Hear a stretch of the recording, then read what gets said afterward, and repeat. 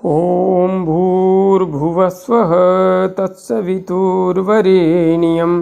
भर्गो देवस्य धीमहि धियो यो नः प्रचोदयात्। उस प्राण स्वरूप दुखनाशक सुख स्वरूप श्रेष्ठ तेजस्वी पापनाशक देव स्वरूप परमात्मा को हम अपनी अंतरात्मा में धारण करें। वह परमात्मा हमारी बुद्धि को सतमार्ग की ओर प्रेरित करे। भाइयों बहनों, जय श्री राम, जय गुरुदेव, जय माँ आदिशक्ति।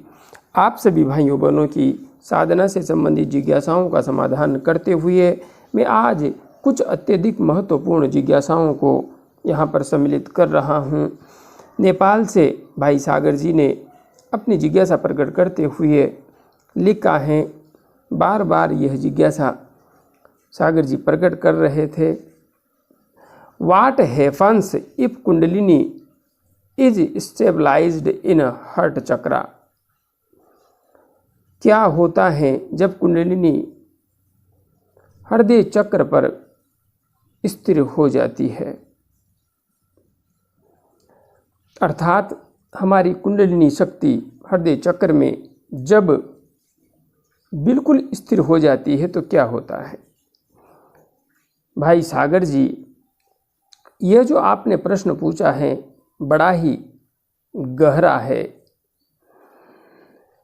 जहाँ तक बात है कुंडलिनी के हृदय चक्र पर स्थिर होने की,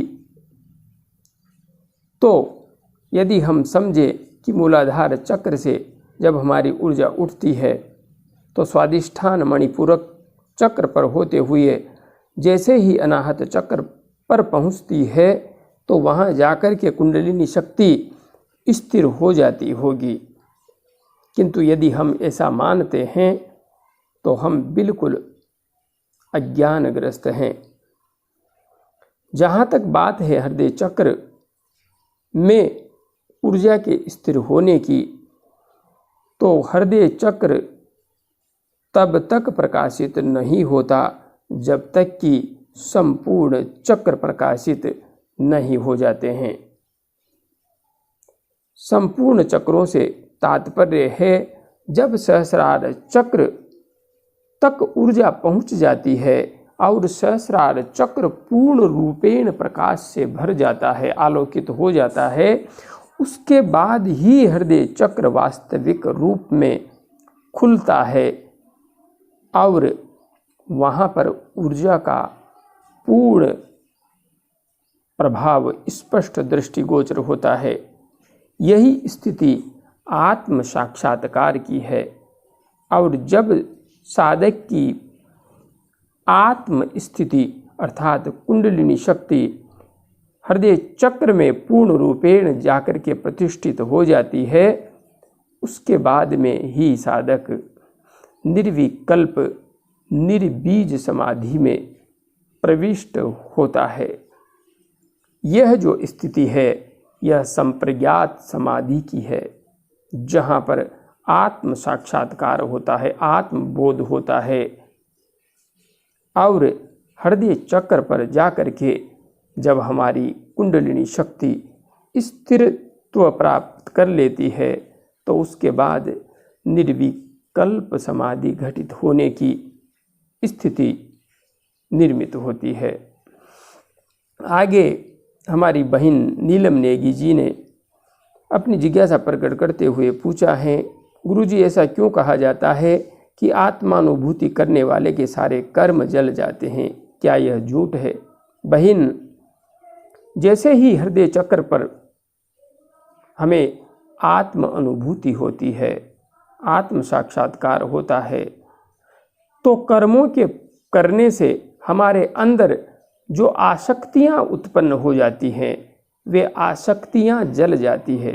उसी प्रकार से जिस प्रकार से एक बीज को अग्नि में भून दिए जाने पर, सेक देने पर उसके अंदर फिर से अंकुरण की सामर्थ्य उत्पन्न नहीं होती, उसी प्रकार से जो साधक आत्म अनुभूति प्राप्त कर लेता है, लेकिन हाँ, यहाँ पर भी स्पष्ट रूप से समझने की बात है, सिर्फ आत्म अनुभूति प्राप्त कर लेने से हमारे समस्त संस्कार निर्बीज नहीं होते, जलते नहीं हैं।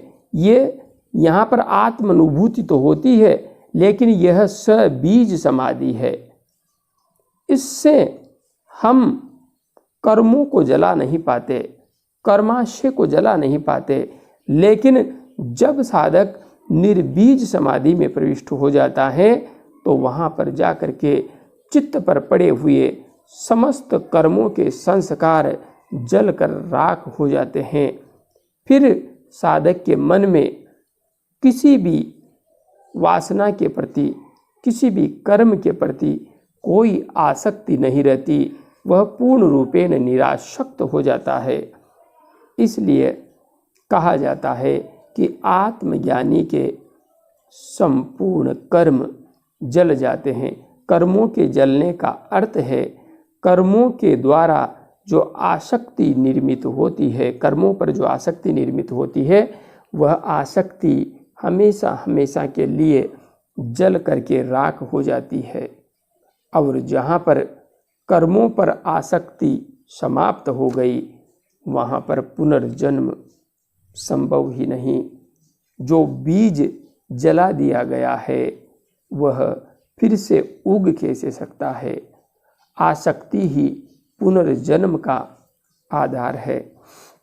आगे भाई अनूप रेवानकर जी ने अपनी जिज्ञासा प्रकट करते हुए लिखा है, मेरी कुंडलिनी शक्ति आज्ञा चक्र पर पहुंच गई है, ठंडक भी लग रही है, लेकिन सर में दर्द है, हाथ पाँव में भी दर्द है।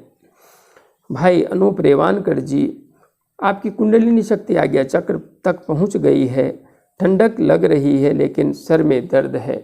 आपको मेरा स्पष्ट सुझाव है, सुषुम्ना नाड़ी में प्राण का प्रवाह कैसे करें, आज्ञा चक्र का जागरण कैसे करें। दोनों वीडियोज़ को तुरंत देख लीजिए यदि नहीं देखे हैं। विधि को अपनी साधना में जोड़ लीजिए।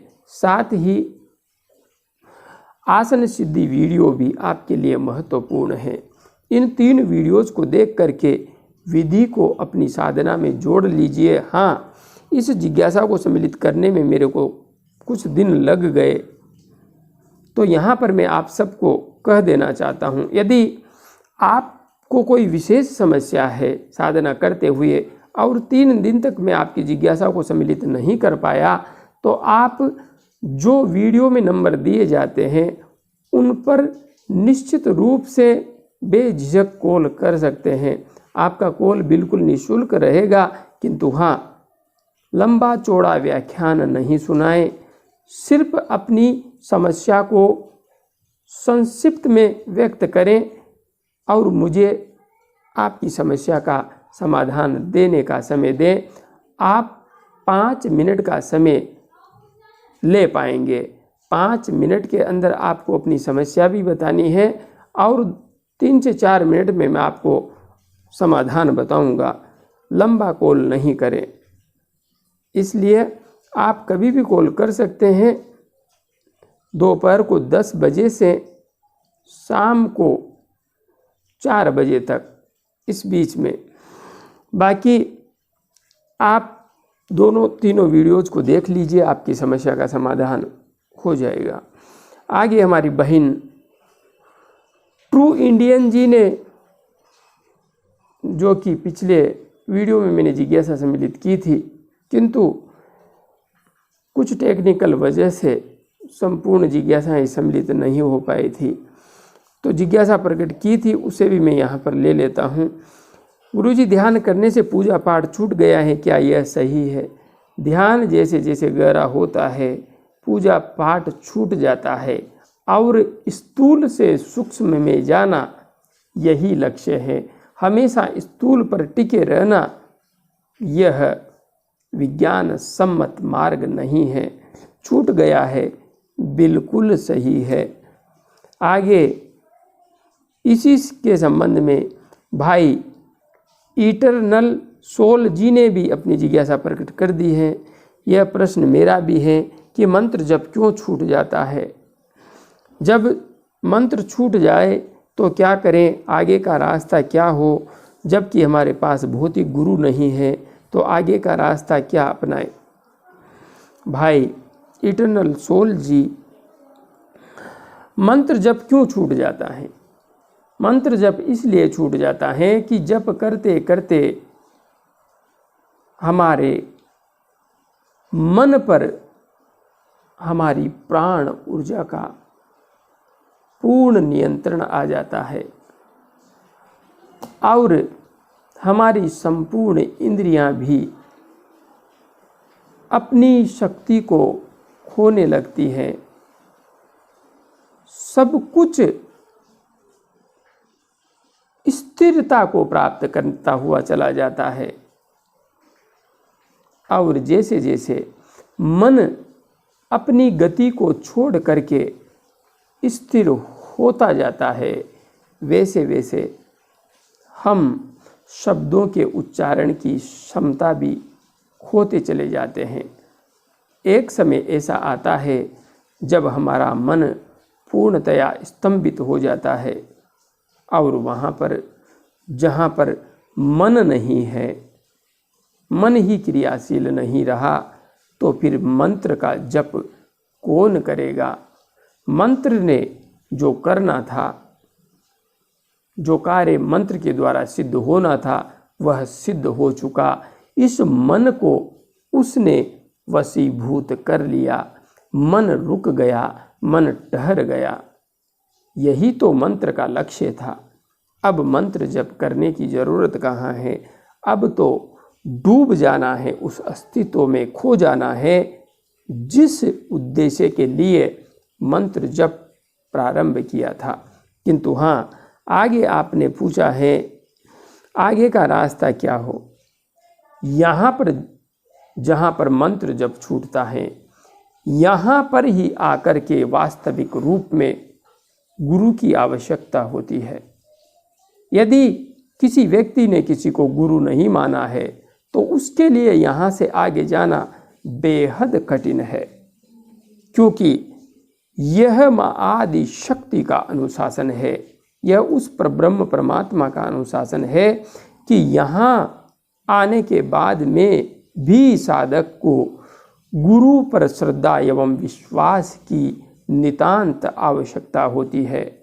इस स्थिति में पहुँचे हुए साधक को आगे जाने से अत्यधिक भय लगता है, डर लगता है और इस स्थिति में एक साधक के लिए गुरु ही एकमात्र सहारा होता है।